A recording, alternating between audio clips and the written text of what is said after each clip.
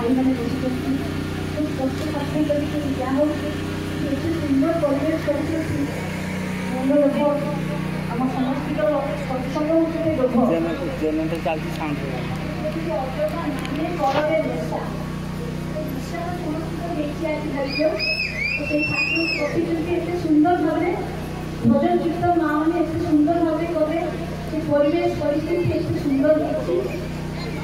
ତେଣୁ ଏଇଟା ଗୋଟେ ଆତ୍ମିକ ଉନ୍ନତି ଆତ୍ମାର ଖୋରାକ ଆତ୍ମା ଚାହେଁ ସବ୍ ଚିତ୍ ଆନନ୍ଦ ତ ସେଇ ସବ୍ ଚିତ୍ ଆନନ୍ଦ ପାଇବା ପାଇଁ ହେଲେ ଯେ ଆଧ୍ୟାତ୍ମିକ ପରିବେଶ ଦରକାର ସହଜ କରିଛନ୍ତି ଆମମାନଙ୍କୁ ପାଇବ ଆମକୁ କୌଣସି ମଠ ମନ୍ଦିର ଯିବା ପାଇଁ ପଡୁନି ଏଠି ଯୋଉ ଠାକୁର ବସିଛନ୍ତି ତାଙ୍କ ସ୍ତ୍ରୀ ଆମ ବଡ଼ ମା ବସିଛନ୍ତି ତାଙ୍କର ପୁଅ ବଡ଼ଦା ବସିଛନ୍ତି ନାତି ବସିଛନ୍ତି ଆଚାର୍ଯ୍ୟ ଦେବ ଏଟା ଗୋଟେ ପରିବାର ତ ଆମ ସମସ୍ତଙ୍କ ପରିବାର ଅଛି ପରିବାରକୁ ସଜାଡ଼ିବା ପାଇଁ ହେଲେ କିଛି ଗୋଟେ ପରିବାର ଆଦର୍ଶ ପରିବାର ଦରକାର ସେ ପରିବାରର ଚାଲିଚଳନ କଥାବାର୍ତ୍ତା ଆଦର କାୟଦା ଆମକୁ ଶିଖିବାକୁ ପଡ଼ିବ ସେଇପାଇଁ ତାକୁ ଆମେ ଆଦର୍ଶ ପରିବାରକୁ ବସେଇଛୁ ସାମ୍ନାରେ କାହିଁକି ନା ଆମ ସମସ୍ତଙ୍କ ପରିବାର ଅଛି ଖାଉଛେ ପିଉଛେ ବୁଲୁଛେ ଆନନ୍ଦ କରୁଛେ ঠিক ତାଙ୍କ ପରି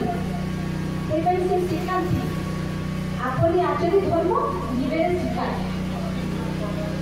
ପାଞ୍ଚଟା ପିଢ଼ି ଆମକୁ ଦେଖାଉଛନ୍ତି ସିଏ ପରିବାର ଜୀବନ ତାଙ୍କର ଦାମ୍ପତ୍ୟ ଜୀବନ ତାଙ୍କର ପାରିବାରିକ ଜୀବନ ତାଙ୍କର ସାଂସାରିକ ଜୀବନ ସର୍ବୋପରି ସତ୍ସଙ୍ଗ ମହାଜୀବନ ସତ୍ସଙ୍ଗ ବିରାଟ ପାୟ ଏତେ ଲୋକଙ୍କୁ ନେଇକି ସେମାନେ ଚାଲୁଛନ୍ତି ସୁନ୍ଦର ପରିବେଶ ସୃଷ୍ଟି କରୁଛନ୍ତି जो जगह को जाऊँ आचार्य देव लक्ष लक्ष लोक भल पाँच और सब बड़ है भल पाइबा कि भल पाइबा बुद्धि देते भगवान भितर और प्रत्येक मनुष्य भितर किंतु से भल पाइबा को आम जागृत कर से बीज मंत्र देवे मनटा सुस्थ है सबकि नहीं पाए कहते मनोनाम प्रायती मंत्र मंत्र जप कले मन सुस्थ हुए आ मन जो सुस्थ हुए देह भी सुस्थ रहे कहते मनटा दुष्ट हमें जानिस रोगे आधार कर यही तुम एड़े चलिस करबी व्याधि जज मनटा जो सुस्थ हुए ठाकुर सब लोग परीक्षा कर होमियोपैथी एलोपैथी आयुर्वेदिक सब परीक्षा कर देखी मन को सुस्थ कर माँ आनी माता मनमोहिनी चरण में माँ खूब महिषी भाया से माँ को पाठ से आविर्भाव से माँ के महिषी भावती से माता मनमोहिनी 9 वर्ष बयस ठाकुर को आध्यात्मिक लाइन में जाइए आम परम पुरुष को जन्म देते सहज कथा नुहे से माँ पाखे शक्ति अच्छी से जन्म दिए से माँ मान पाखे मुंड नई जाए माँ ठाकुर माँ को जो देखे मुंड नई जाए कहीं सी जन्म दे पारे पुओ को भी जन्म दिए झील को भी जन्म दिए से माँ ये बाणी माँ को भी अपने आप चेष्टा कर कथार सेवार भरोसा मिसबार नुहे तुम भावतु आम माँ हो पारे तो प्रथम बाणी नारी नीतिर बाणी झील मोर तुम सेवा तुम चाहवा तुम चिंता तुम कहवा पुरुष जनसाधारण भितर गोटे भाव सृष्टि करे जो अवनत मस्तक नत जातु नहीं सत्संगे भक्ति गजबन कंठे माँ मोर जननी मोर कही मुक्त हंती तृप्त हंती उदास हंती तेरे तुम्हें नारी शक्ति आम मान चालीचलन कथबार्ता पोषा एमती कि पुरुष मान मुंड रही जाऊँगी तेणु आमको संसार सुखी हुए रमणी हुए संसार बसई आम बड़ माँ देखो देवर खंडे लुगा अच्छी जाऊँगी शिखी ना सी 12 वर्ष बयस चक्रवर्ती परिवार को बंदी आसी किसी भी जानी खाली आध्यात्मिक चेतना बहुत था ପ୍ରଭୁଗତ ପ୍ରାଣ ଥିଲେ ସିଏ, ସେପାଇଁ ସେ ସମସ୍ତଙ୍କୁ ନେଇକି ଚାଲିପାରିଥିଲେ। ତାଙ୍କ ମା ଆଉ ଆଈ ତାକୁ ଶିଖେଇଥିଲେ ଯେ ନା ନାହିଁ, ଘରେ ନାହିଁ, ବାହାରେ ନାହିଁ କହିବୁ ନାହିଁ, ଆଉ ମୁଗର କେହି ଶତ୍ରୁ ନାହିଁ। କିଛି କଥା ସେ କୁହନ୍ତି ନାହିଁ, କିନ୍ତୁ ତାଙ୍କର ଇଶାରା ସବୁ ଜଣେଇ ଦିଏ, ସବୁ ଜାଣିପାରନ୍ତି। ସେ ପ୍ରଭୁଗତ ପ୍ରାଣ ନେଇକି ଚାଲିଥିଲେ, ସେପାଇଁ ସେ ପରମ ପୁରୁଷଙ୍କୁ ପାଇଥିଲେ ସ୍ୱାମୀ ରୂପରେ। ଆଉ ସେ ତାଙ୍କୁ ଭଗବାନ ବୋଲି ଭାବୁଥିଲେ, ତାଙ୍କ ସ୍ୱାମୀକୁ ସ୍ୱାମୀ ଦେବତା ବୋଲି କହୁଥିଲେ। ଆମେ କିନ୍ତୁ କଣ କରୁଛୁ ସେଟା ଜାଣିବା ଦରକାର ଯେ ଆମ ସ୍ୱାମୀକୁ ଆମେ ଦେବତା ଭାବୁ କି ନାହିଁ। ତାକୁ କହୁଛନ୍ତି ସେଇ ପରିବାର, ଯୋଉ ପରିବାର ଆମର ଅଛି ସେ ପରିବାରରେ ସମସ୍ତେ ଦେବତା। ସ୍ୱାମୀ ଦେବତା, ଶାଶୁ ଶ୍ୱଶୁର ଦେବତା, ଆଉ ମୋର ପିଲାମାନେ ବି ସେଇଭଳିଆ ଦେବତା ହେଉଥିବେ। ଯଦି ମୁଁ ସେମାନଙ୍କୁ ଦେବତା ଜ୍ଞାନ କରେ, ମୋ ଶାଶୁ ଶ୍ୱଶୁର ସ୍ୱାମୀ ସେମାନଙ୍କୁ ଟିକେ ଦେବତା ଜ୍ଞାନ କରେ, ତାହେଲେ ମୋ ପିଲା ନିଶ୍ଚୟ ଦେବକ ମୋ ଶିଶୁ ହେବ, ଆଉ ସେ ଦେବତା ଭଳିଆ ଚଳିବ।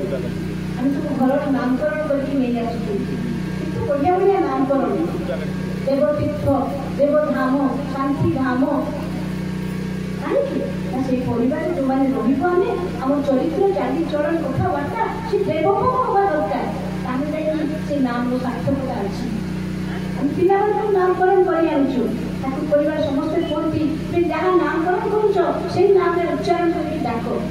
ମୋ ଝିଅର ନାଁ ଦେଇଛନ୍ତି ଦାଦା ଶ୍ରେୟସୀ, ବର୍ଦ୍ଦା ଦେଇଛନ୍ତି ପୁଅର ନାମ ସୁଦୀପ୍ତ, ଆମେ ସେଇ ନାମ ଧରିକି ଡାକୁଛୁ। ସେଇ ନାମ ଭିତରେ କଣ ଅଛି ସେ କେବଳ ହିଁ ଜାଣିଛନ୍ତି। ସେଇ ନାମ ଡାକିଲେ ସେଇ ନାମର ଯାହା ମାଧୁର୍ଯ୍ୟ ଅଛି, ଯାହା ଚରିତାର୍ଥ କରିବା ପାଇଁ ସୁବିଧା ହେଇଯିବ। ତେଣୁ ଆମେ ଯୋଉ ନାମକରଣ ବି କରିକି ଆଣୁଛୁ ସେଇ ନାମ ଉଚ୍ଚାରଣ କରିକି ସେ ପିଲାକୁ ଡାକିବା ଦରକାର। ତା ଭିତରେ ଯାହା ସମ୍ଭାବ୍ୟ ଅଛି ତା ଫୁଟିକି ବାହାରିବ। ଆମର କିଛି ଜଣା ନାହିଁ, ଆମେ ଯେତେବେଳେ ନାମକରଣ କରିକି ଆଣୁଛୁ, ପୁଅଟେ ହେଲେ ବାପାଙ୍କର ନାମ, ତାଙ୍କ ବାପାଙ୍କର ନାମ, ତାଙ୍କ ବାପାଙ୍କର ନାମ, ତିନି ପୁରୁଷର ନାମ ଦଉଛୁ। ଝିଅଟେ ହେଲେ ମାଙ୍କର ନାମ, ତାଙ୍କ ମାଙ୍କର ନାମ, ତାଙ୍କ ମାଙ୍କର ନାମ, ସେମିତି ତିନି ପୁରୁଷ ନାମ ଦଉଛୁ। କାହିଁକି ନା ତା ଭିତରେ ତାକୁ ଗୁଣ ଯାକ, ଭଲ ଭଲ ଗୁଣ ଯାହା ବି ଅଛି ପରିସ୍ଫୁଟ ହବ ଏ ପିଲା ଭିତରେ। ତ ଯାହା ହଉ, ଠାକୁରଙ୍କ ଯୋଉ ଦିଆ ବିଧା, ଯଜନ ଜାନନ ଇଷ୍ଟପତି ଷଷ୍ଠୀ ସଦାଚାର, ଏଠି ପାଳନ ନିଶ୍ଚୟ କରିବାକୁ ହବ। କେତେ ସହଜ କରିଦେଲେ ପ୍ରଭୁ, ଘରେ ବସିକି ଭୋର ଉଠିକି ତାଙ୍କୁ ଆରାଧନା ଆଗ କରିବୁ। শৌচ শীতল দেখি বসুকে উষার আগে উঠবি জেগে শৌচ শীতল হবি সন্ধ্যা নিগে নাম ধ্যানিতে গুরুর আশিস নিবি। গুরুর আশিস পাইবা পাইলে হয়তো ভোর উঠিবা ପାଇଁ ପଡ଼ିବ। ভোর উঠি নাই তাহলে ମୋର ପ୍ରଭୁ କିନ୍ତୁ ଦୁଃଖିତ ହେଉଛନ୍ତି। ଏଥିପାଇଁ କହୁଛନ୍ତି ଉଷା ଲାଗେ ଉଠିବି ଜେগে ଶୌଚ ଶୀତଲ ହବି ସନ୍ଧ୍ୟା ନିगे ନାମ ଧ୍ୟାନିତେ ଗୁରୁର ଆଶିଷ ନିବି।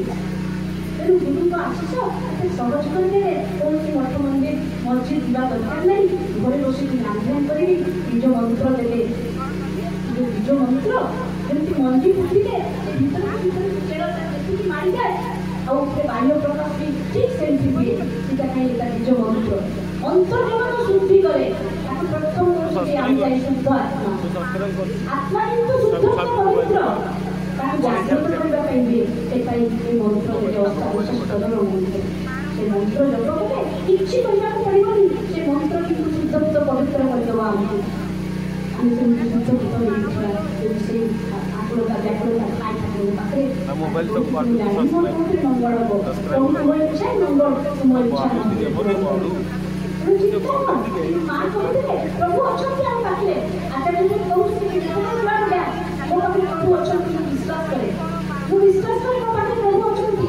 ସେ ଚଳେଇ ନିଅନ୍ତି, କାମ କରେଇ ନିଅନ୍ତି। ସେଇ ବ୍ୟାକୁଳତା ଆକୁଳତା ଥିବା ଦରକାର। ତେଣୁ ଆମେମାନେ ଭାବିବା ଦରକାର ମୁଁ ଏଇଟା ଭୁବନେଶ୍ୱରରେ ଅଛି, ମୋ କଥା କହିଲେ ନ ସରେ। ଆମେ ବାରିପଦାର ଲୋକ, ମୟୂରଭଞ୍ଜର ଲୋକ, ଆମେ ତ ଭୁବନେଶ୍ୱର କେମିତି ଆଣିବି ମୁଁ ନିଶ୍ଚୟ କହିବି। ମୋ ସ୍ୱାମୀ ଠାକୁରଙ୍କର ମନୋଜ କୁମାର ମିଶ୍ର ଜଣେ ହୋମିଓପାଥି ଡାକ୍ତର, ମନ୍ଦିରରେ ରହୁଥିଲେ, ମନ୍ଦିରରେ ପୂଜା କରୁଥିଲେ। ହଠାତ୍ ଆମେ ଗୋଟେ ସତ୍ସଙ୍ଗ ଯାଇଛୁ 11ଟା ବେଳେ। ସେ ସତ୍ସଙ୍ଗରେ ସତ୍ସଙ୍ଗ ସରିଗଲା, ତାଙ୍କୁ କୁହାଗଲା ସେ କର୍ତ୍ତବ୍ୟ ରଖିଲେ, ତାପରେ ଦୀକ୍ଷା କର୍ମ ହେଲା। ଦୀକ୍ଷା କାମ ସରିଯାଇଛି, ତାଙ୍କ ମୁଣ୍ଡ ବୁଲେଇଲା, ହଠାତ୍ ପଡ଼ିଗଲେ। ସେ ଜଣେ ଆସି ମୋତେ କହିଲେ ଦାଦା ପଡ଼ିଗଲେ। ଆମେ ସବୁ ଦୌଡ଼ିଲୁ, ଦେଖିଲୁ ତାଙ୍କ ପାଖରୁ ଫେର ଫେର ବାହାରି ଯାଉଛି, କ'ଣ କ'ଣ ତାଙ୍କୁ ନେଇଯାଉଛି। ସେଠୁ ଆମେ ସମସ୍ତେ ଫୋନ୍ କଲୁ ଆସିବେ ବୋଲି ତାକୁ ନେଇଯିବା ପାଇଁ। ଆମେ ଗାଁକୁ ଯାଇଛୁ ବାଇକ୍ରେ। ତ ଦିନ ସତ୍ସଙ୍ଗ 3ଟା 4ଟା ହେଇଗଲାଣି। ଆସିକି ଜଣେ ଦି ଭାଇ ଆମର ପହଞ୍ଚିଲେ, ଗାଁ ଧରିକିରି ସେ ପ୍ରାୟ 7ଟା ହେଇଗଲା ସନ୍ଧ୍ୟା। ସେତେବେଳକୁ ଆଗ କ'ଣ କ'ଣ ହେଇଗଲାଣି ମୁଁ ଜାଣିପାରୁନି। ଆମେ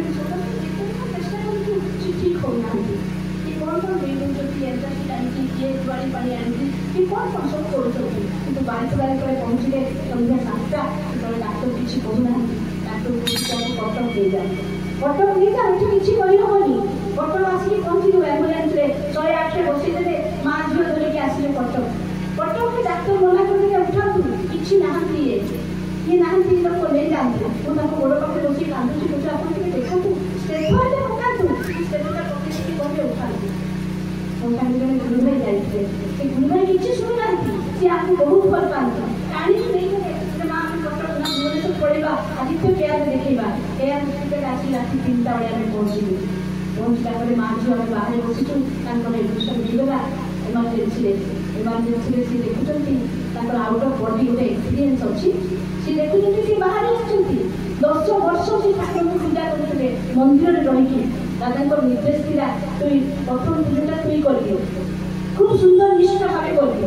কিন্তু সে ସବୁଦିନ ରାତି 3টাରେ ଉଠନ୍ତି, ଯାଇକି ଭୋଗ ତିଆରି କରିକି ଯାଇକି ପୂଜା କରନ୍ତି।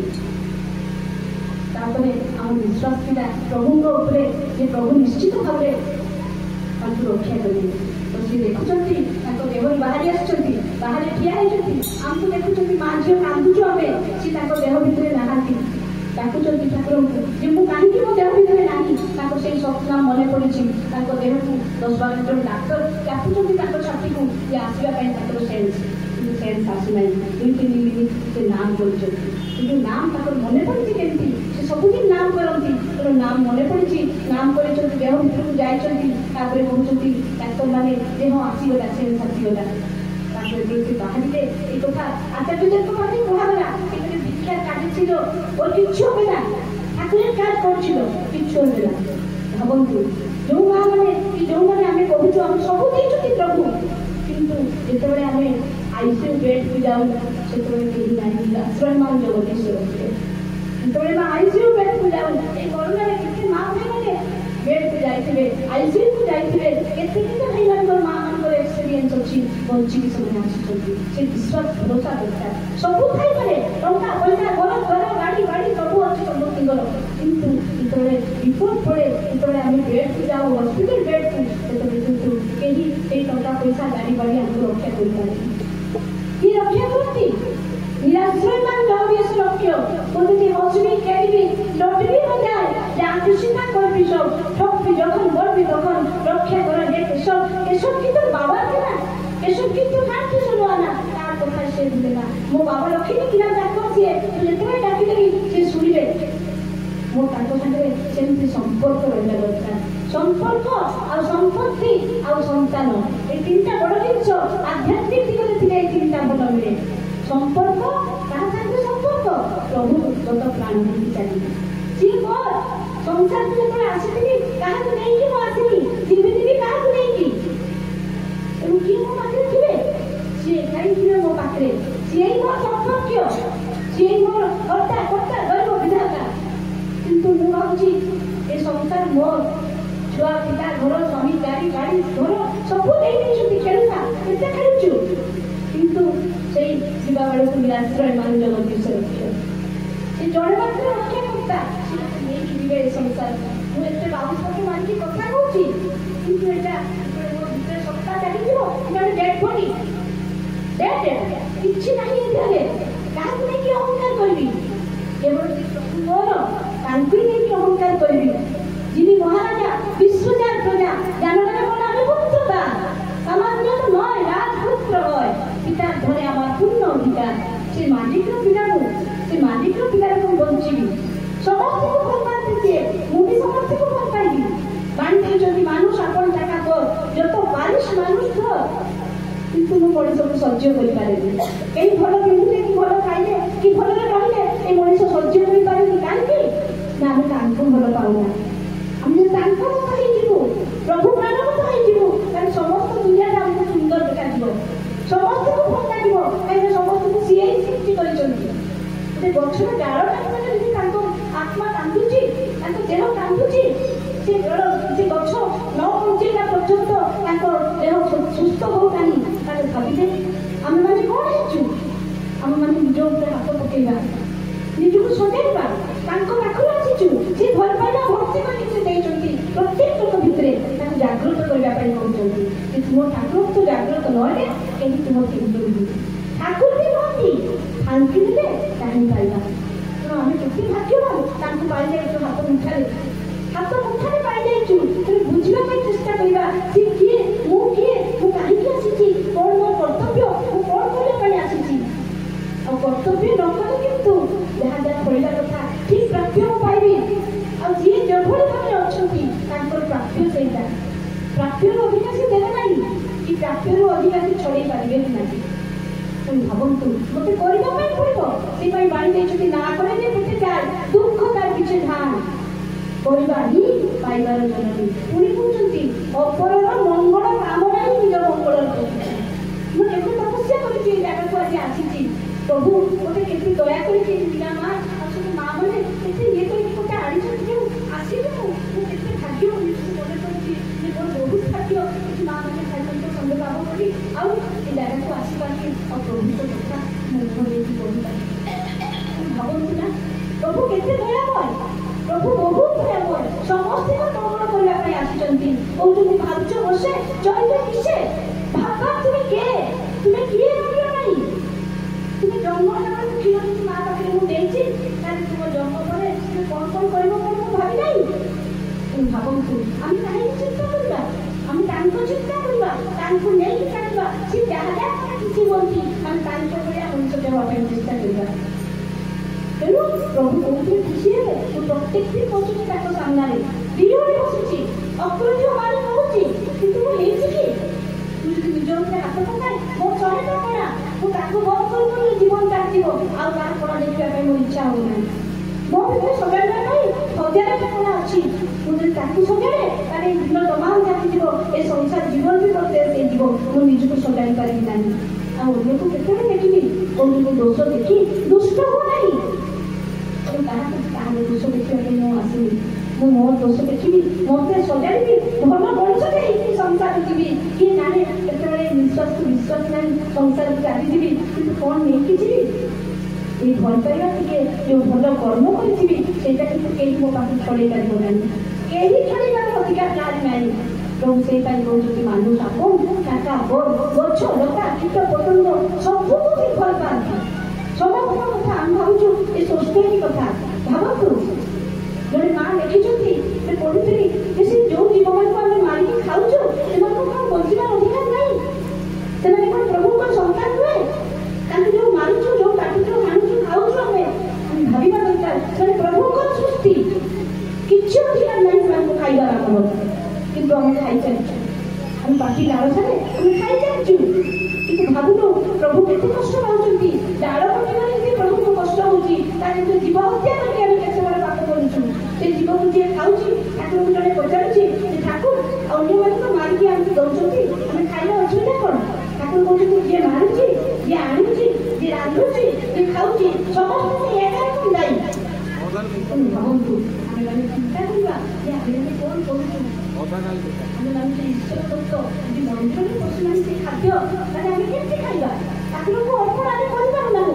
ସେଥିପାଇଁ କହୁଛନ୍ତି ଶ୍ରୀ ବିଗ୍ରହର ମନ୍ଦିର ଭାବି ଯତ୍ନ କରିବ କରିବାକୁ ସହଜପଟୁ ସୁସ୍ଥ ରଖି ବିଧି ମାତି ଚଳାଉ ତାକୁ। ସେ ଈଶ୍ୱରଙ୍କ ସନ୍ତାନ ଆମେ, ସେ ଈଶ୍ୱରଙ୍କ ଭଳିଆ ଖାଇବା, ଈଶ୍ୱରଙ୍କ ଭଳିଆ ପିନ୍ଧିବା, ଈଶ୍ୱରଙ୍କ ଚାଲିଚଳନ କଥାବାର୍ତ୍ତା କରିବା। ତାଙ୍କୁ ଯେମିତି ସବୁ ଲୋକ ଭଲ ପାଉଛନ୍ତି। ଆଚାର୍ଯ୍ୟ ଥରେ ଟ୍ରେନରେ ଯାଉଛନ୍ତି, ଆଚାର୍ଯ୍ୟ କହୁଛନ୍ତି ସବୁ ଲୋକ ମୋତେ ପଚାରୁଛନ୍ତି ଆପଣ ଧୁତି ପିନ୍ଧିଛନ୍ତି ଏମିତି ବେଶ ପୋଷାକ ହେଇଛନ୍ତି, ଆପଣଙ୍କ ୟଙ୍ଗ ଯୁବକ ଆପଣ ପ୍ୟାଣ୍ଟ ସାର୍ଟ ପିନ୍ଧିନାହାନ୍ତି କାହିଁକି? ତାକୁ କହୁଛନ୍ତି ଆଚାର୍ଯ୍ୟ କହୁଛନ୍ତି ଠାକୁର ଭଲ ପାଆନ୍ତି। ନା ଠାକୁର କିଏ? ଆଚାର୍ଯ୍ୟ ଯାଜନ କରୁଛନ୍ତି। ତାକୁ ଏତେ ଲୋକ ଭଲ ପାଉଛନ୍ତି ସେ ଠାକୁରଙ୍କ ପରିଚୟ ଦେଇ ତାକୁ ଲୋକ ଏତେ ଭଲ ପାଇଲେ। ସେଇଟା ସେ କହୁଛନ୍ତି ଦେଖନ୍ତୁ ଠାକୁରଙ୍କ ନାଁ କହିକି ତାଙ୍କ ପୋଷାକ ପରିଚ୍ଛଦ ଯେତିକି ଯଦି ଆମେ ଏତେ ଭଲ ପାଇବା ପାଉଛୁ ତାହେଲେ ତାଙ୍କ ଉପରେ ଚଳିଲେ କେତେ ଭଲ ପାଇବା ନ ପାଇବା। ମୁଁ ଏଠିକୁ ଆସିଛି କେତେ ଆଗରୁ କରୁଛନ୍ତି କାହା ଦେଇକି ପ୍ରଭୁଙ୍କ ପାଇଁ ତ। ମୁଁ କିଏ, ମୋର କ'ଣ ପରିଚୟ ଅଛି? ତିନିମା ଶିଖିକିନା ଆସିଛନ୍ତି ଠାକୁରଙ୍କ କଥା କହିବେ ସେ ପ୍ରଭୁଙ୍କ ପାଇଁ। ଆପଣମାନେ ମୋତେ ଭଲ ପାଉଛନ୍ତି। ମୁଁ ଯଦି ଗୋଟେ ଅନାବନା କଥା କହିଥାନ୍ତି ଖରାପ କୁଆଡ଼େ ଯାଇଥାନ୍ତି ତାହେଲେ କ'ଣ ଆପଣମାନେ ମୋତେ ଭଲ ପାଇଥାନ୍ତି? ତେଣୁ ଭାବନ୍ତୁ ଈଶ୍ୱର ଦତ୍ତ ଜିନିଷ ସବୁ ଠିକ୍ ଆନନ୍ଦ। ତେଣୁ ଆମେ ତାଙ୍କୁ ନେଇକି ଚାଲିବା, ତାଙ୍କ କଥା କହିବା। ଆଉ ସବୁଠୁ ବଡ଼ ତାଙ୍କର ଇଚ୍ଛା ଯେ ଦୀକ୍ଷା ଶିକ୍ଷା ଆଉ ବିବାହ। ତିନିଟା ଯଦି ଆମ ଭଲ ଏଇଟା ନାହିଁ ଆମେ 11 ବର୍ଷରେ ଆମ ସମସ୍ତଙ୍କୁ ଦୀକ୍ଷା ଦିଆଇବା। ଆମ ଘର ଯେତେ ବର୍ତ୍ତମାନ କାମ ଚାଲିଛି, ସେମାନେ ନେଇକି ଛାଡ଼ି ଦେଇଛନ୍ତି। ଆଉ ପାଖ ପାଖ ଲୋକ ସମସ୍ତେ ମଧ୍ୟ ଯାଇକି ଆମେ କହିବା ଠାକୁରଙ୍କ ପାଖରେ ନନିଟା କହୁଛନ୍ତି, ନନିଟା ଠାକୁର କହୁଛନ୍ତି ଠାକୁର ନା ନନିଟା ଯୋଉ ଆସିଥିଲା ଘିଅ ବାଲା ଘିଅ କିଣିଲେ ନା ହଁ ସେଠି ଘିଅ ନୁହେଁ, ତଥାପି ସେ ବିକ୍ରି କରିଦେଇକି ଗଲା। ସିଏ ଖରାପ ଝିଅଟାକୁ ଏତେ ସୁନ୍ଦର ପରିବେଷଣ କରିକି ଆପଣଙ୍କ ଆଗରେ ବିକି ଦେଇକି ଛାଡ଼ିଗଲା। ମୋ କଥା ଗୁଡ଼ା କ'ଣ ସତ ନୁହେଁ? ମୋ କଥା ଗୁଡ଼ା କ'ଣ ଆପଣ ପରିବେଷଣ କରିପାରିବେ ନାହିଁ କାହା ପାଖରେ? ଠାକୁର କେତେ କ୍ଷେତ୍ର ଯେ ଆମେ ତାଙ୍କ କଥା ଯାଇକି ସମସ୍ତଙ୍କୁ କହିବା, ସତ କଥାଟା କହିବା, ତାହେଲେ ତ କିଛି ମିଛ ନାହିଁ। ସବୁ ସତ କଥାଟା ଆମକୁ କହିବାକୁ ଲାଜ ମାଡୁଛି, ଆମେ କହିପାରୁନୁ ଯାଇକି କାହା ଆଗରେ। କିନ୍ତୁ ଯେତେ ଲୋକ ଆସୁଛନ୍ତି ବିକିବା ପାଇଁ, କେତେ କ'ଣ କ'ଣ ଜିନିଷ ବିକି ଦେଇକି ଯାଉଛନ୍ତି, ତାଙ୍କ ଜିନିଷ କେତେ ରକମ ପ୍ରଚାର ପ୍ରସାର କରିକି ବିକି ଦେଇକି ଯାଉଛନ୍ତି। ତା ଭିତରେ ଭଲ ବି ଅଛି, ଖରାପ ବି ଅଛି, କିନ୍ତୁ ତାଙ୍କର କାମ ହେଲା ବିକିବା, ସେମାନେ ବିକି ଦେଇକି ଯାଉଛନ୍ତି। ଆମେ କିଣି ବି ଯାଉଛୁ, ଉଚିତ ମୂଲ୍ୟରେ ବେଶୀ ଦାମ ଦେଇକି ବିକି ଦେଉଛୁ। କିନ୍ତୁ ଠାକୁର କହୁଛନ୍ତି ମୁଁ କ'ଣ ଏତେ ଖରାପ କଥା କହିଛି? ମୋ କଥା କ'ଣ ଟିକେ କହିପାରିବନି କାହାକୁ? କିନ୍ତୁ ଆମେ କହୁଛୁ ପ୍ରତ୍ୟେକ ଲୋକଙ୍କୁ ଆମେ ଚେଷ୍ଟା କରିବା ଯେ ମୁଁ ପ୍ରଭୁଙ୍କୁ ଭଲ ପାଏ, ମୋ ପ୍ରଭୁଙ୍କ କଥା କହିବି। ମୋ ପୁଅ ଯେତେବେଳେ ଫାର୍ଷ୍ଟ କ୍ଲାସ୍ ପାଉଛି, ମୋ ପୁଅ ଯେତେବେଳେ ବଢ଼ିଆ କିଛି ପାଠ ପଢୁଛି, ବଢ଼ିଆ ଜିନିଷ କିଛି ଚାକିରି କରୁଛି ବଡ଼ ଜାଗାରେ, ମୁଁ ସମସ୍ତଙ୍କୁ କହୁଛି। କିନ୍ତୁ କାହିଁକି ନା ମୋ ପୁଅକୁ ମୁଁ ଭଲ ପାଏ। ମୁଁ ଠାକୁରଙ୍କୁ ସେତିକି ଭଲ ପାଇଛି, ମୋ ଠାକୁରଙ୍କ କଥା ସମସ୍ତେ ପାଖରେ ପହଞ୍ଚାଇଛି। ମୁଁ ନିଜକୁ ନିଜେ ପ୍ରଶ୍ନ କରିବି ମୁଁ କେତେ ଭଲ ପାଏ। ତେଣୁ ସେଇ ଗଲାବେଳେ ସମ୍ମାନ ଦେବ ବିଷୟ ସେ ଏକାଠି ଆମ ପାଖରେ ଆମେ ଯିବୁ ତାଙ୍କୁ ନେଇକି। ଆଉ ଏଇଠୁ ଯୋଉ ଜିନିଷ ଛାଡ଼ିକି ଯିବୁ ପରବର୍ତ୍ତୀ ଜୀବନ ଆମ ସେଇଭଳିଆ ହବ। ଆଉ ଏ ଯୋଉ ସଂସାର ଦେଇଛନ୍ତି, ଯୋଉ କହିବି ଶିକ୍ଷା ଦୀକ୍ଷା ବିବାହ ସବୁଠୁ ବଡ଼ ଜିନିଷ। ଏଇ କୁନି କୁନି ଝିଅମାନଙ୍କ ସବୁଠୁ ବଡ଼ ଅନୁଭବ ଯେ ବିବାହଟାକୁ ବହୁତ ସଂଯମ ଭାବେ କରିବେ, ଭାବିଛନ୍ତି ବିବାହ କରିବେ। ଠାକୁର କହୁଛନ୍ତି ବିବାହକୁ ଖେଳନା ଭାବି ମର ନାହିଁ, ଯେଉଁଥିରେ ତୁମ ଜୀବନ ଆଉ ଜନ ଜଡ଼ିତ। ତେଣୁ ଭାବନ୍ତୁ ଆମେମାନେ ଭାବିବା ଯେ ବିବାହ କେତେ ବଡ଼ ଜିନିଷ। ଠାକୁର କହୁଛନ୍ତି ଯେମିତି ତେମନି କରେ ବିଏ କରିସ୍ ନା ସବୁ, ଯେମିତି ସେମିତି ବିବାହ କରନି। ତୁମର ବର୍ଣ୍ଣ ବଂଶ ବିଦ୍ୟା ଶିକ୍ଷାଗତ ଯୋଗ୍ୟତା ସବୁଥିରେ ତୁମ ଗୋଟେ ଉନ୍ନତ ପୁରୁଷକୁ ତୁମେ ନିଜକୁ ଦାନ କର, ଯେଉଁଥିରେ ତୁମେ ସୁଖୀ ହବ। ତେଣୁ ବିବାହଟା ବାପା ମା ଦେଖିବେ, ଚର୍ଚ୍ଚା କରିବ, କୋଉ ପିଲାକୁ ବିବାହ କରିବି ମୁଁ ଭାବିବ। ଆଜିକାଲି ସମସ୍ତେ ବସି ଯାଉଛନ୍ତି, ଭଲ ପାଇକି ବାହା ଯାଉଛନ୍ତି, କିଛି ଦିନ ପରେ ଡିଭୋର୍ସ ହେଇଯାଉଛି, ତାପରେ ଡିଭୋର୍ସ ହେଇଯାଉଛି। କିନ୍ତୁ ଆଗରୁ ଆମମାନଙ୍କ ବାହାଘର ବେଳେ ଏତେଟା ନଥିଲା। କାହିଁକି ନା ଆମକୁ ସେଇଠି ସହି ରହିକି ଚଳିବା ପାଇଁ ପଡ଼ୁଥିଲା। ଆଜିକାଲି ପାଠ ପଢ଼ୁଛନ୍ତି ମା ମାନେ ସବୁ ଠିକ୍, କିନ୍ତୁ ଉଚିତ ଜାଗାରେ ନିଜକୁ ଦାନ କର। ଆପଣ କହୁଛନ୍ତି ଉଚିତ ଜାଗାରେ ନିଜକୁ ଦାନ କର। ବିବାହ ପଛେ କର ନାହିଁ, କିନ୍ତୁ କର ଯଦି ଠିକ୍ ଜାଗାରେ ବିବାହ କର, ଯୋଉଠି ତୁମେ କାନ୍ଦିବା ପାଇଁ ପଡ଼ିବନି, ଜୀବନ ସାରା କାନ୍ଦିବ, ଜୀବନ ସାରା। ତେଣୁ ବିବାହ ବହୁତ ବଡ଼ ଭାଇଟାଲ ପଏଣ୍ଟ। ଆଉ ଶିକ୍ଷା 11 ବର୍ଷରେ ଯେମିତି ହଉ ଛଳେ ବଳେ କୌଶଳେ ତାକୁ ବୁଝେଇ ଦେବା ପାଇଁ ପଡ଼ିବ। ଶିକ୍ଷା ନେଲେ କ'ଣ ହୁଏ? ଶିକ୍ଷା ନେଲେ ଦକ୍ଷ ହେବ, ନାମ କଲେ ମେମୋରି ଶକ୍ତି ବୃଦ୍ଧି ପାଇବ, ସେ ପାଠ ଭଲ ପଢ଼ିବ, ସବୁ ଜିନିଷଟା ବଢ଼ିଆ ହେବ। ତେଣୁ ଆମେ ଶିକ୍ଷା ଆଉ ବିବାହ ଏ ତିନିଟା ଜିନିଷକୁ ମାର୍ଜିତ କରିକି ଚାଲିବା। ଆଉ ସମସ୍ତେ ଯେମିତି ଭଲରେ ରହିବା। କହୁଛନ୍ତି ସ୍ୱାମୀ ଶାଶୁ ଶ୍ୱଶୁର ଏମାନେ ଟିକେ ମାନିବା ପାଇଁ ପଡ଼ିବ। ସ୍ୱାମୀ ଚର୍ଯ୍ୟାରେ ଅପେକ୍ଷା କରି, ସ୍ୱାମୀ ଚର୍ଯ୍ୟାରେ ଅପେକ୍ଷା କରି ସନ୍ତାନ ଚର୍ଯ୍ୟାରେ ପାଗଳ ଯିଏ, ସେଇ ଝିଅର ଜୀବନ ବେକାର। ସନ୍ତାନ ସାପ ପାଞ୍ଜିରୁ ଯାଏ। ଟଙ୍କା ସାଥେ ବିରତି କଲେ ଟଙ୍କା କିନ୍ତୁ କରିବ ଫାଙ୍କା। ମହତ ଜନେ ଶ୍ରଦ୍ଧା ରଖ ସବୁ ବିଭୂତି ହେବ ପକ୍କା। ଜନକ ଜନନୀ ଜନ୍ମଭୂମିରେ, ଜନକ ଜନନୀ ଜନ୍ମଭୂମିରେ ନିଷ୍ଠ ଶ୍ରଦ୍ଧା ନାହିଁ ଯାର, ଦୁଷ୍ଟ କର୍ମୀ ହୋଇ ଚାଲେ ଅନ୍ତର ବାହାର ପ୍ରାଣ ତାର। ନିଷ୍ଠ କଥା ମୈତ୍ରୀ ଭାବ ଶିଷ୍ଟ ଆଚରଣ, ବଂଶ ଆଉ ବ୍ୟକ୍ତିତ୍ୱର ପ୍ରଧାନ ଲକ୍ଷଣ। ବିଭୁ କୃପା ସେତେ ହିଁ ପାଇବୁ, ଇଷ୍ଟ ନିଷ୍ଠାରେ ରହିବୁ ଯେତେ, ଚର୍ଯ୍ୟାରତ ଆଲିଙ୍ଗନରେ ଜୀବନଟାକୁ ରଖିଲେ ସେତେ। ହୃଦୟ କଥା କୁହ ତୁମେ, ହୃଦୟ ଚଳଣି ଚାଲ, ଶାସନ ରକ୍ଷ ନିବେଦିତାରେ ତୁମେ ଦରବି କରି ବୋଲ। ସବୁରି ବିପଦ କରିବୁ ବାରଣ, ଆପଣା ଜ୍ଞାନ ଯତ୍ନ କରି ପାଇବୁ ତୃପ୍ତି ଦୀପ୍ତି ପାଇବୁ, ଉନ୍ନତି ତତେ ରଖିବ ଧରି। ଶେଷରେ କହିବି ମୃତ୍ୟୁ କାଳେ ଦେଭାବ ଧରି ଶରୀର ଛାଡ଼ି ଜୀବନ ଯାଏ, ଜନ୍ମେ ପୁନଃ ସେଭଳି ସ୍ଥାନେ ସେ ଭାବର ପଥ ନେବାକୁ ପାଏ। ଗୋଟେ ଗୋଟେ ଦିନ ଆମ ଆୟୁଷରେ କମି କମି ଯାଉଛି, ଆମେ ମୃତ୍ୟୁ ଆଡ଼କୁ ଯାଉଛେ, କିନ୍ତୁ କ'ଣ ନେଇକି ଯାଉଛେ?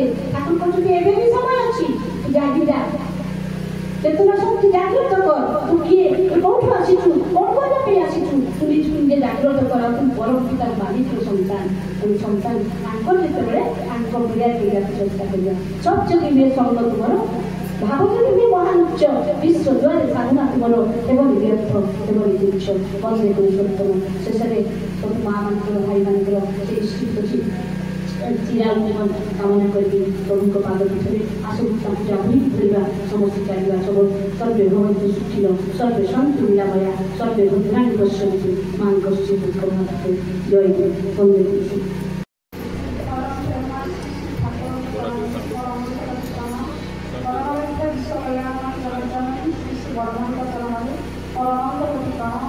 जुगाचार्य श्री श्री वर्धांत चरण और अनंत कोटि प्रणाम।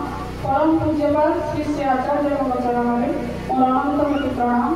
पूज्यपाद अभिमानक चरण और अनंत कोटि प्रणाम।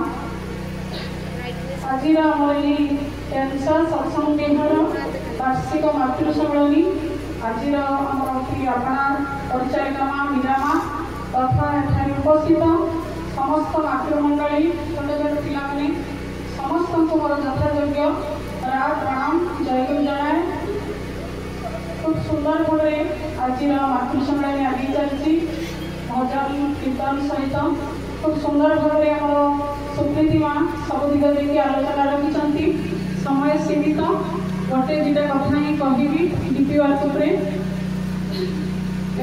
जोटा आमर प्रथम इम्पोर्टेंस सेटा हूँ डीपी वर्क बेसिक प्राधान्य दिखाई तेणु आम समस्ते से दिग देखिए सचेष्ट हवा जरूरी अच्छी।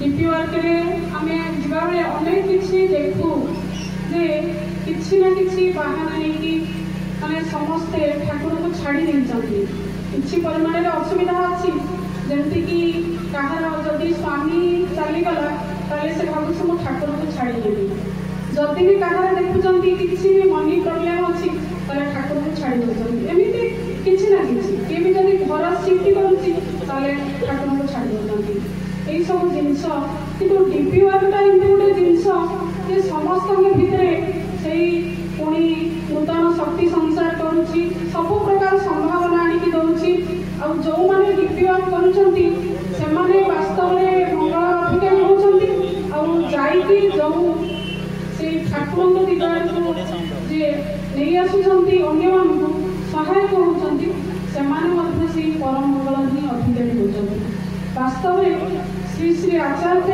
और अविंदा सी हूँ अंतर्जामी कहीं से जो डीपी वर्कटा देते बहुत कष्ट स्वीकार करके समस्त को यहाँ करने कहते कहीं जड़े माँ सी 50 वर्ष तक गला कि से घर के बाहरी पारती से सब घर भितर ही रुहति सी जो डीपी वर्क कथा उठा से घर बाहर बाहर को गले से डीपी वर्क करने भितर से एते आत्मशांति पाई मानसिक शांति मिली एत खुशी मिली से उपलब्धि कर वास्तव में डीपी वर्कटा कौन तब जाइए से आचार्य को से कहते मुझे डीपी वर्क करने फल मत एत आत्मशांति लगी एत आनंद लगी जोटा कि घर भितर रही केवे से जिनसा को उपभोग कर कथाटा कहर तात्पर्य हूँ जे आचार्य पाखे गोटे माँ जाकि नवेदन कले जे आचार्य को जे मत टे आशीर्वाद कर बहुत किसी मोर रोग बेमारी अच्छी जोटा कि आप आशीर्वाद कले मुझे भल हो तो आचार्य कहते मुझे जादूगर नुहे कि गोटे ही सल्यूसन मुझे पारि जदि आपण से गोटे काम करतु तेज जापर जब मसे करूँ जब आपन को भल न लगे आसिक मत कहे तो से आचार्य कौन कर सॉरी माटी कौन कर घर बाहरी आचार्य कहते जे जड़े गुरु भाई माँ घर को जी जाकि देखा करेंगे जयपुर करके आसवे यहीटा खाली करते प्रत्येक दिन तो से हिसाब से सी माटी सबुदिन बाहरी से गुरु भाई घर को जाती गुरु भाई माँ को देखा करके जयपुर करके पुणी से फेरी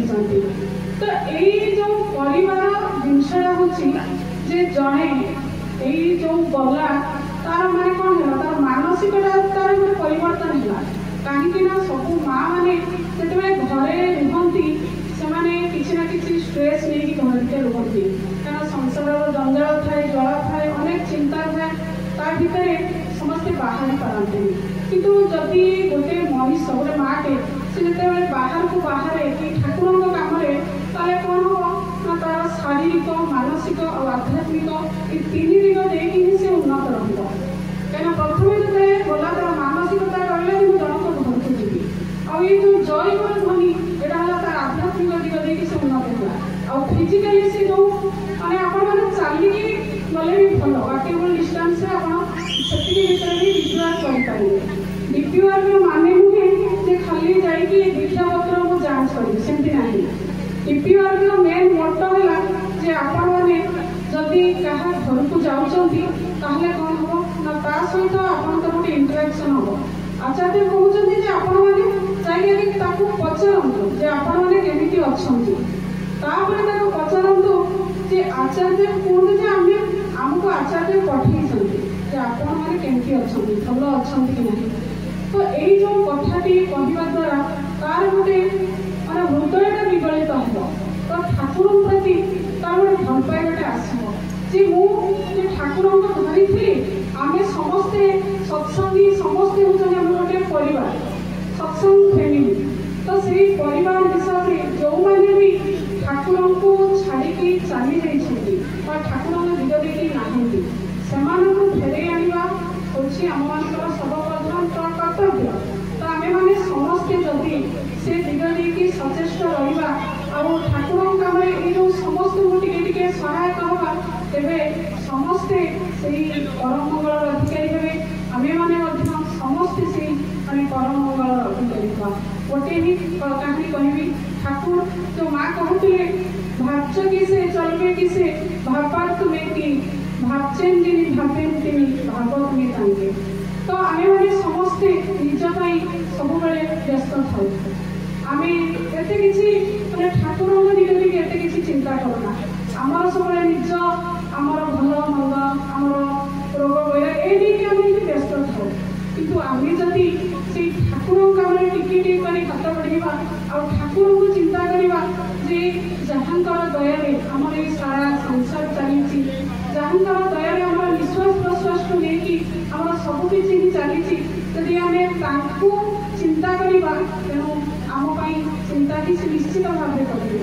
यही हिसाब से गोटे कथाटे उठी ठाकुर पाखक माने देवघर आश्रम में गोटे भाईटे जाकि पहुँचे से अल्प किसी पैसा देकी ठाकुर पाखे पहुँची था कि आश्रम तो एत दिन रही माने नाही निर्देश दिने दुई दिन तीन दिन दी जाइए हिसाब से द्वितीय दिन कौन होती ना जड़े आसिकी कहते ठाकुर किसी पैसा चाहते तो पाखे जहाँ भी अल्प किसी थिला से कौन करना समस्त पैसा ठाकुर को दान कर देते निज निजे चाही ना काले मोर किसी असुविधा हम कि सुविधा हम सेमती के चाही ना सी समस्त पैसा दान कर देते देखा तीन दिन भी से जानिए आश्रम रविवार 3 दिन पर निर्देश ना तो से किसी चिंता न करी माने बहुत सुंदर भाव प्रार्थना भजन कीर्तन ये सब उपभोग कर देखा जड़े आसिक कहते जे माने आपण को आज आसतु माने ठाकुर मत कहते 10 टंका मुझे देवी ना कौन पाई मुझे स्वप्न देखी ठाकुर कहते 10 टंका जड़े ब्राह्मण को दान करने तो से हिसाब से 10 टंका मिली देखा माने जड़े आडभोकेट आसिक मैंने काटिकी लेके जाऊँगी मीठा कहते मीठा खाई सारापर डाकिकी 5 टंका पुणी तो यही कथाटी कहबार तात्पर्य हूँ आम मैंने निजपाई सब व्यस्त था माँ जमी कहते दादा रखुले आम अन्न चिंता करवा अन्यर मंगल कामना करवा अन्य को साहाय्य करवा अन्य प्रति ईर्षा परायण न होगी ये सब जदि महान गुण भल गुण आम भितर आम भक्ति करवा ताले निश्चित भाव देखु तो अनेक समस्या कहीं समस्ते आम मानसिक माने रोगी आम मानसिकता को आम ठीक करने ठाकुर जोड़ा कहते से दिग देखिए जदि आम मैंने समस्ते सचेष्ट हवा जोड़ा देखी जाइछंती जो पंचनीति रजनराज इष्टनीति स्वस्थ सदाचार तार परिपालन में ही आम सर्वविध मंगल संभव तेणु समय तो सीमित समस्ते आम से डीपी वर्क ब्रती हवा समस्ते टिके टिके घर खाली बाहर अन्य घर को जीवा प्रथम माँ जमी कहते निज चरित्र आगे हाथ पकड़ा निजक आम शुद्धभूत करवा आचार्य देव कहते खाली पोशाक देकी जयगुरु ध्वनि देकी आम माने लोक को देखा हमारे आमर सर्वप्रथम बाक व्यवहार और चाली चलन जदि यहीटा को आम परिमार्जित कर निश्चित भाव में आम ठाकुर मनीष हो आमको देखिकी आमर पड़ा पड़ोशी आत्मीय स्वजन परिवार वर्ग समस्ते ही भावे कि वास्तव में मैंने ठाकुर मनीष आमको जिते से ठाकुर मनीष भावे तेरे आम दीक्षा नवार भी सार्थकता हम परिशेष में एठारे उपस्थित प्रति प्रत्येक मंगल परम पिता प्रार्थना करें।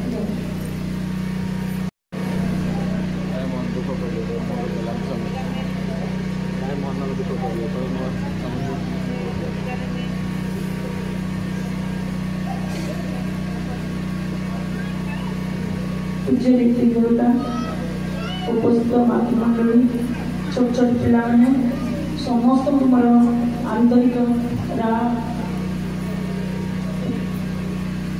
खूब सुंदर भाव भक्तिवश भक्तिमय परिवेश सृष्टि होती जो जिते जो गला उत्सव जाइली आचार्य निवेदन करने आचार्य मुझे आम मातृशुणी प्रतिवर्ष करूँ प्रतिवर्ष आशीर्वाद आना करे तापर एत भिड़ भितर मुझे पचारूँ एत भिड़ भितर कौन आम निवेदन कर जन दी जन भाई जन पचारू कहले नाई आम निवेदन हो पार मुझे बसी थाए आमती निवेदन करी कौन करी ठाकुर जो अंतर्जामी सब जानती एमती किसी समय देखी ये कहीं ना आम दी जन जाक गलु आठे निवेदन कलु दादा बहुत खुशी कहले सब कहतिक दीक्षा नहीं था न था समस्त को घर घर बुल डाक से सराउंडिंग भितर जी गुरु भाई माँ